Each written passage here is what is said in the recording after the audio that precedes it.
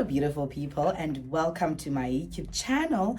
In this video we are going to be talking about some common challenges and barriers to business growth and looking at some solutions that you can be able to consider as you're continuing in your business journey. My name is Thandisa Mahe and I talk all things relating to business, making money and their family life.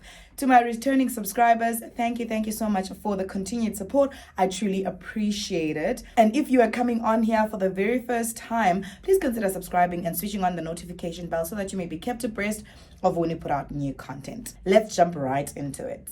All right, so the main reason why I wanted to talk about this is that I realized that with working with different businesses, especially in the small business ecosystem, there are some challenges when it comes to growth. Sometimes a business is able to start, but then it gets to a certain point and is unable to move to the next level, is unable to grow, is unable to explore, different other areas that the business can be able to function and operate in, is unable to expand. So sometimes some small businesses will grow to a certain point and then hit a ceiling. And the ceiling is not supposed to be entertained, all right?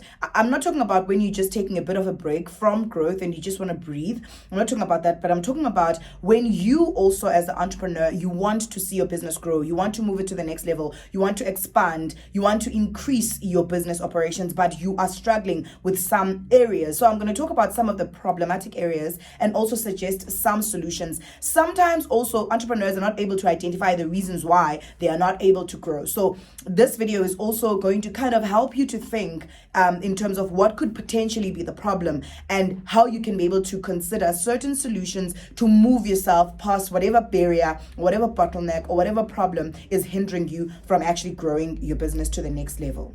The first problem that I'm going to touch on today in this video is the management of cash flow. In fact, ineffective management of cash flow. You cannot expect your business to grow to the next level if you are having a cash flow problem. And some of the issues around cash flow, yes, some of them are affected by external factors, but some of them, it's the internal issues and matters that need to be resolved so that you can be able to manage your cash flow properly. There was a business that I was assisting. This business was making millions and millions of rands. But the problem is that the greatest bottleneck that they had, after we had had a consultation, after we had been working together, and I was just studying everything in the business, trying to understand why is it that they're struggling so much and they want to grow. They're at that point where they wanted to grow. They were at that point where they wanted to move to the next level. But the struggle was that they could not identify or justify why it is that the business makes so many millions, but then at the same time, they are not able to leverage that revenue in order for them to be able to grow to the next level. And what I identified after studying everything, after we had engaged, after we had had consultations, after we had been going through the program, I identified that the issue was the cash flow. All of their money was stuck outside the system of the business. And the problem is that they did not have good and proper cash flow management systems in place. And I said, guys, the problem here is cash flow. You've got money on paper and you don't have money coming in. And the problem is that the time it takes between having a completed work and for the payments to come through is too long. There's no system to manage those things.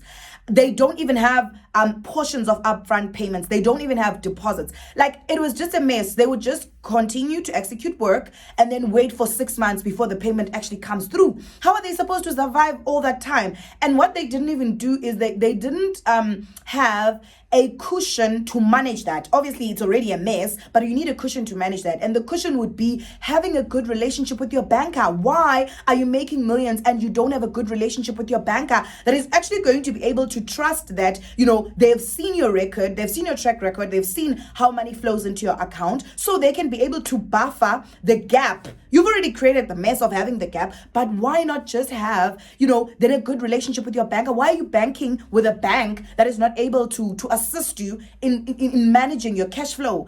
And there are so many other strategies, but I think what I want to bring home is that go and check, is your business, is your cash flow management in your business effective? Because you could literally, and that business was about to die. They were actually thinking of closing it down. I'm like, this is just one example in many instances where I've seen people having a problem with effective cash flow management systems. So check that, because it will hinder your growth. You cannot grow because your cash flow management systems are out of order. I want to throw in the mix overspending. Overspending, especially personally owned businesses. A lot of entrepreneurs that own their own businesses, that have started the businesses, this is my vision, this is my baby, I started this, I can just go and swipe a Porsche. Overspending. Not only overspending in terms of for business expenses. There are two categories of overspending that will hold you back in terms of business growth, that fall within the category of, a lack of management of cash flow. Number one is overspending on a personal level. You're not even supposed to be doing that. It is completely incorrect, and you cannot grow your business to the next level if you do that. Then there is overspending in terms of the business expenses. Why are you choosing to pay 20 Rand for something that you can pay 18 Rand 50 for? That 1 Rand 50 goes a long way. It goes a long way. You know what? I always say that when it comes to cash flow management and management of your finances, if you're a good entrepreneur, if you're a good business person, you're always looking for ways to reduce your expenses without reducing the quality, okay? It needs to be in balance. Without reducing the quality, without reducing the effectiveness, without removing convenience, find a way. Always study your expenses, your expense list. What is on there? What needs to stay there? What can be reduced? What options can we look at to improve this list of expenses?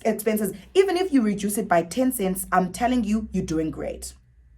So overspending is also another problem, and overspending on a personal level, and also in terms of just unnecessary expenditure in the business. And if you don't have a good person that is assisting you in terms of managing the expenses, at least do it yourself. Hire someone who can help you, but you can also do it yourself. You can get someone internally and tell them this is your job. Your job is to actually make sure that we are spending less. We are spending as less as possible without compromising the quality and the effectiveness of our product and service. Another major problem when it comes to this aspect is lack of reserves. A lot of entrepreneurs do not save. You cannot have money from every single money that comes into the business. Build reserves. It's what is going to help you to support your decision of growth and expansion. It's going to speak volumes. Maybe you can be able to enter into a business opportunity, like for an example, apply on those cost sharing grants. But how do you enter into a cost sharing grant with government maybe, or one of the departments, if you don't have anything, if you're on zero? Your negotiation is very low. You can be able to go and enter into partnerships that will be able to help you to leverage on the capital side of the expansion of the business by actually saying, I've got 1 Rand. Can you match me with another 1 Rand? I've got 50 cents. Can you give me 1 Rand 50? But now the problem is that there's no reserves at all. We are cash to mouth. We are eating everything that the business makes. We're not thinking long term, and we're not thinking, what are we going to do at the point when the business needs to expand? What are we going to do at the point when the business needs to grow? So this is the first problem, right? Some things that you need to do here, just that can actually help you. There's a lot that you could do, but I'm just going to touch on a few things. You need to have proper invoicing systems. There's a lot of money that gets lost there. Proper invoicing systems. Number 2, you need to try and find a way of diversifying some of your income streams in your business. And you can also use cash flow forecasting tools, like forecast your cash flow so that you know exactly where you stand. It will help you a lot. Let's move on to the next one. Problem number 2 is the issue of scaling and growing and losing quality in the process. Remember, when you are at a certain level of business, and especially when it's smaller, right? Like you start the operations, you grow to a certain level, it's still small, it's still manageable, it's still, within reach, it's really properly structured. And then you decide, okay, now I want to grow my business to the next level. And you forget this point of having a proper structure and not growing too quickly. Because when you don't have a proper structure and you grow too quickly, you're going to compromise on quality. You are going to compromise on quality. Once you compromise on quality, you even lose your existing customer base. That's the danger of it. So when you're going to grow, do not grow too quickly. Do not grow without proper structure. Do not grow without planning, because you are going to unintentionally, because it's very unintentional. You don't intend to do poor quality, but you're going to unintentionally reduce on quality. And reducing on quality could mean so many different things. Let me make an example. You have 3 delivery trucks for whatever product you're producing. Let's say you manufacture soap. You've got 3 delivery trucks. Now you are wanting to blow up on marketing. You want to get money to grow the business and to move it to the next level, to get to increase your customer base and stuff like that. But you forget in your structuring that when you had 3 vehicles, 3 delivery trucks, you were able to ensure that your turnaround times for delivery to clients is 5 days, right? Let me put it like that. So if a client places an order now, they're going to get their order within 5 days. In your planning to blow up, you blow up on marketing. Now there's more people who want the service, but the problem is that now you are compromising on quality in terms of the delivery turnaround times. It now doubles or triples because you did not think about the structure in terms of how do I maintain this level of quality. How do I maintain this quality of being able to deliver within 5 days, right? Even though I have an increased customer base. I was servicing 100 customers, now there are 300. What do I do with this? I was servicing 100, now there are 300. What do I actually do with this problem? Because if you did not integrate a system to say, oh, okay, this is how I was ensuring that I'm able to service all these customers and within the 5 days, and I have stipulated this in terms of, the terms of servicing them, they know they already demand and are wanting the 5 days, And how do I then ensure that I still service all these customers, but at the same time, while I service all these customers, they still get the same quality? Unfortunately, I've had to shift from where I was shooting from because the electricity went out. Hey, Tudana. Anyways, let us proceed. So I was talking about the importance of being able to ensure that you scale without losing your quality. Some of the things that you need to then consider when you are scaling and you don't want to lose your quality include: number 1, you need to build strong operational processes. Okay, before you start scaling, make sure that your operational processes are intact. Systems. Also offer support in terms of your team members, and also if you need to, integrate additional team members, please also consider that. When I say team members, I mean employees. You can also integrate a bit of technology to ensure that as you're scaling, some of the processes you can, automate them to make things very much easier for yourself and for your business. Okay, another aspect that is, and it's the last aspect that I'm going to be talking about, that is very much important when you're growing your business is being able to retain talent. There's nothing that is as frustrating as when you're building your business, you have these 4 legs and, structure and people that are managing all these things. And as you move to expansion, you want to ensure that your base is solid. And the next thing, your base is crumbling. People are leaving left, right, and center. That is really, really terrible. So you need to find strategies to ensure that you retain the talent that you have. And some of the reasons why talent leaves: poor management, poor opportunities, no growth prospects, poor culture, burnout, things like that. If your working environment is not supportive, that as you grow yourself as the business, you want your employees to also grow. They need to see the growth. They need to see the potential for them to grow. They need to see themselves moving levels. But if you're not communicating that and being able to present it, you're going to keep losing people. And the danger in scaling and growing and expanding your business, and you are also losing people in the same at the same time, is that your growth is not going to be successful. You're scaling, you're not going to be able to scale successfully, because that is counterproductive. That is going to just throw your business under the bus. You need to do some of these things to ensure that you support your staff. Offer development programs if you can. Just make sure that you offer development programs to your employees.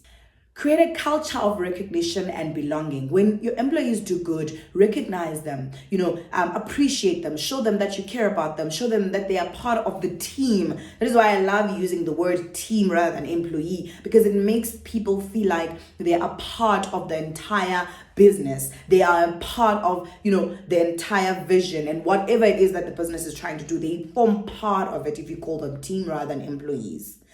Recognize them, support them, show them you care about them. I think also building flexibility into working arrangements is quite another amazing aspect that, you know, we don't look at as entrepreneurs. Build flexibility. I remember I once watched this woman. She's very successful in the social media marketing space. I think she's based in America or something like that. I think, yeah.